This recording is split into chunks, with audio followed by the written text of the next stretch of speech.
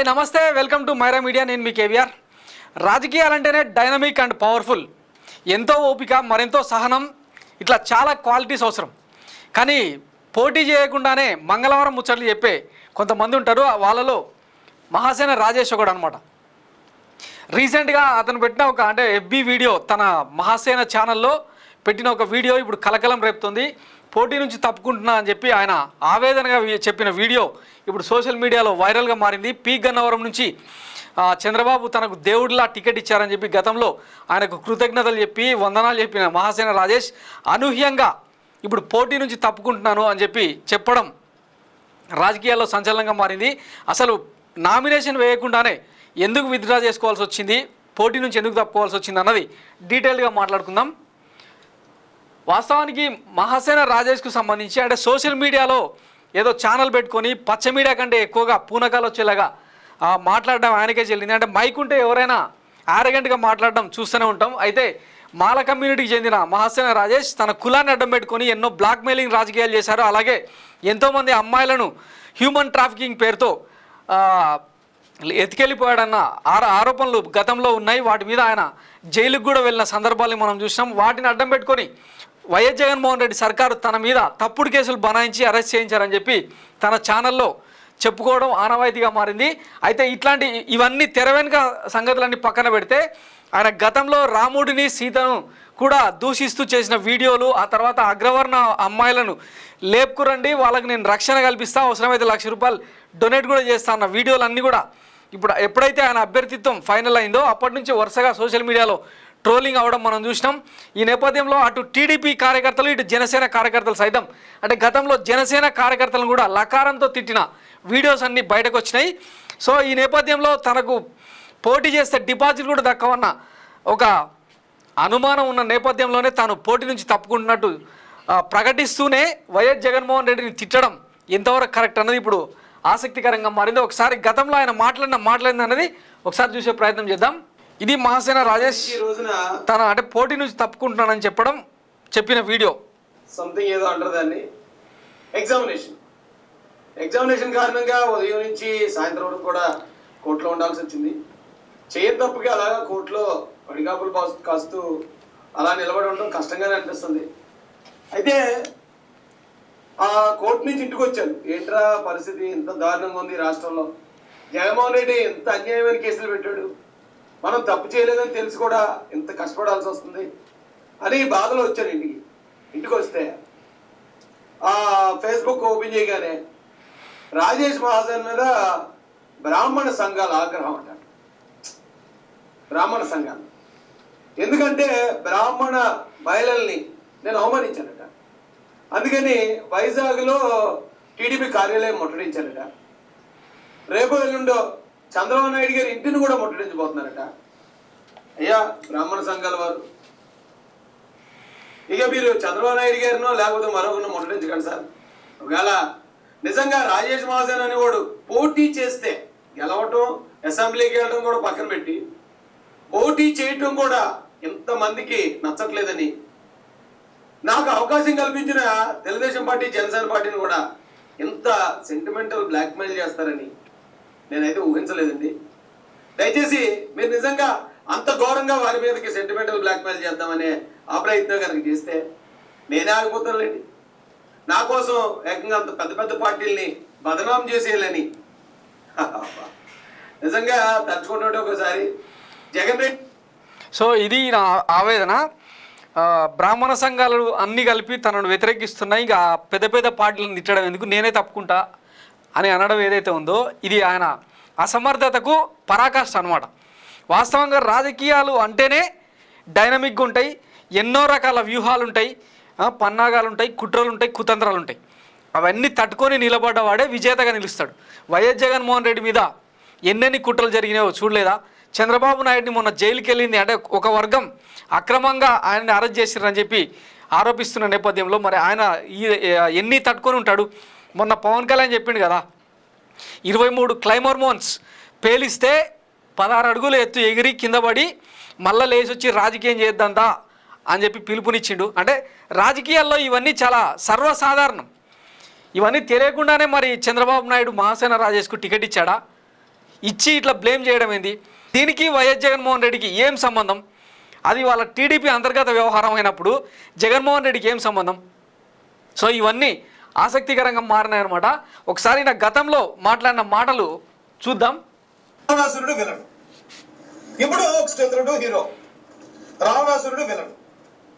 ఇప్పుడు ఒకసారి హీరో లక్షణాలని విలన్ లక్షణాలని చూద్దాం. శ్రీరాముడు నిజంగా హీరో అయి ఉంటే ఆయన శ్రీరామచంద్రుడు చేసిన కొన్ని పనులు చెప్తారు. శ్రీరామచంద్రుడు అవతారం రావణాసురుడిని చంపడానికే అనేది ఆల్రెడీ బాపన వాళ్ళందరూ చెప్పిన కథ. ఆయన విష్ణుమూర్తే శ్రీరాముడుగా పుట్టింది ఎందుకయ్యా అంటే రావణాసురుడిని చంపడానికి. సో రావణాసురుడిని చంపడానికి పుట్టిన శ్రీరామచంద్రుడు ఆయన పుట్టి పెద్దోడు అయిపోయిన తర్వాత డైరెక్ట్ గా రావణాసురుడి మీద యుద్ధంకి వెళ్ళి ఆయన చంపేసి ఉండొచ్చు కదా. వనవాసానికి వెళ్ళిన శ్రీరాముడిని చూసి రావణాసురుడు వాళ్ళ చెల్లి శూర్పణకు వచ్చి వన్ సైడ్ లవ్ చేసింది. వన్ సైడ్ లవ్ చేసి అక్కడితో ఊరుకోకుండా ఆవిడ ప్రపోజ్ చేసింది వచ్చి. ఏమంటే ఇక్కడ ఈ లైవ్ లో ఉన్న 1400 మందిలో మగవాళ్ళందరినీ నేను సూటి ప్రశ్న వేస్తున్నాను. ఎవరైనా ఒక అమ్మాయి వచ్చి మీకు ప్రపోజ్ చేస్తే మీరు ఏం చేస్తారు? నేనేం చేస్తానంటే, అమ్మా నాకు పెళ్ళి అయింది, నాకు ఆల్రెడీ పిల్లలు ఉన్నారు, కాబట్టి నీ ప్రపోజల్ నేను తిరస్కరిస్తున్నాను, నీ ప్రపోజల్ నేను యాక్సెప్ట్ చేయలేనని చెప్తాను. నేనైతే కొంతమంది ఉంటారు మొగమోటస్తులు, యాక్సెప్ట్ చేసే వాళ్ళు కూడా ఉండొచ్చు. తప్పు లేదు, అందులో తప్పు ఉందో లేదో నాకు తెలియదు, ఎందుకంటే నన్ను అందులో ఇన్వాల్వ్ చేయాలి. ఇది రాముడి మీద సీత మీద చేసిన అనుచిత వ్యాఖ్యలు. వాస్తవానికి అంటే ఎవరికైనా పొలిటికల్ అంబిషన్ కానీ రాజకీయ లక్ష్యాలు కనుక ఉంటే ఇట్లాంటి దిక్కుమాల కామెంట్లు చేయరు. సేమ్ అంటే ఇట్లనే మతాల కులాల మనోభావాలను దెబ్బతీసేలాగా మాట్లాడితే ఎట్టుంటుందో. ఒక బైరి నరేష్ ఎన్నిసార్లు దెబ్బలు తిన్నాడో తెలంగాణలో అంటే అదొక సంచలనం అనమాట అప్పట్లో.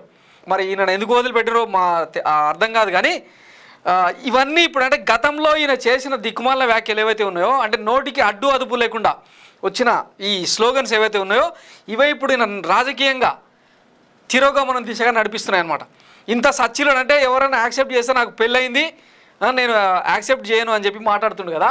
ఈయన భాగవతం ఒకసారి చూడండి. ఇది దళిత ముసుగులో విదేశాలకు మహిళల సప్లై, ఉమెన్ ట్రాఫికింగ్లో దిట్ట సరిపల్లి రాజేష్, మతం పేరుతో మహిళలకు గాలం, లైంగికంగా వాడుకుని విదేశీయులకు అమ్మకం, మహాసేన పేరుతో మహావసూళ్లు, రౌడీ షీటర్ నుంచి ఆడి కార్ల దాకా కొనే స్థాయికి, తెర వెనుక ఎంపీ రఘురామకృష్ణరాజు అండదండలు, ఆయన ప్రోద్బలంతోనే టీడీపీలో చేరిక, దళితులను వంచి 3 పార్టీలను మార్చిన వైనం. ఇదంతా భాగవతం ఉంది.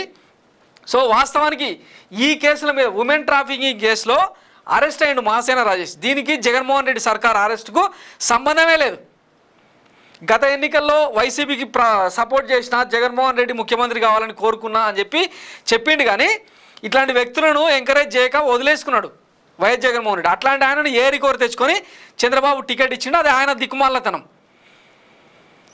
అంటే ఒకప్పుడు 40 ఏళ్ళ ఇండస్ట్రీ కదా, కొన్ని వేల మంది లక్షలాది మందిని కార్యకర్తలను క్యాడర్ను బిల్డ్ చేసిన క్రమశిక్షణ గల పార్టీలో ఇట్లాంటి వ్యక్తికి టికెట్ ఇవ్వడం అనేది తప్పు. దానికి అంటే ఎదురైన వ్యతిరేకతతో తనకు తాను పోటీకి తప్పుకోవడం అది ఆయన దిక్కుమాలతనం. దానికి జగన్మోహన్ రెడ్డికి ఏం సంబంధం? ఇగో ఆయనకు టికెట్ ఇచ్చిన వెంటనే ఇట్లాంటి ఆందోళనలు పెద్ద ఎత్తున చోటు చేసుకున్నాయి అనమాట. కార్ల అద్దాలు పగిలినాయి.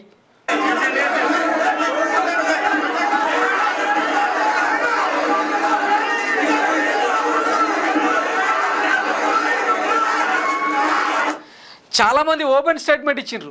పి గన్నవరంలో రాజేష్ మహాసేనకు మద్దతు ఇచ్చే ప్రసక్తే లేదని. గతంలో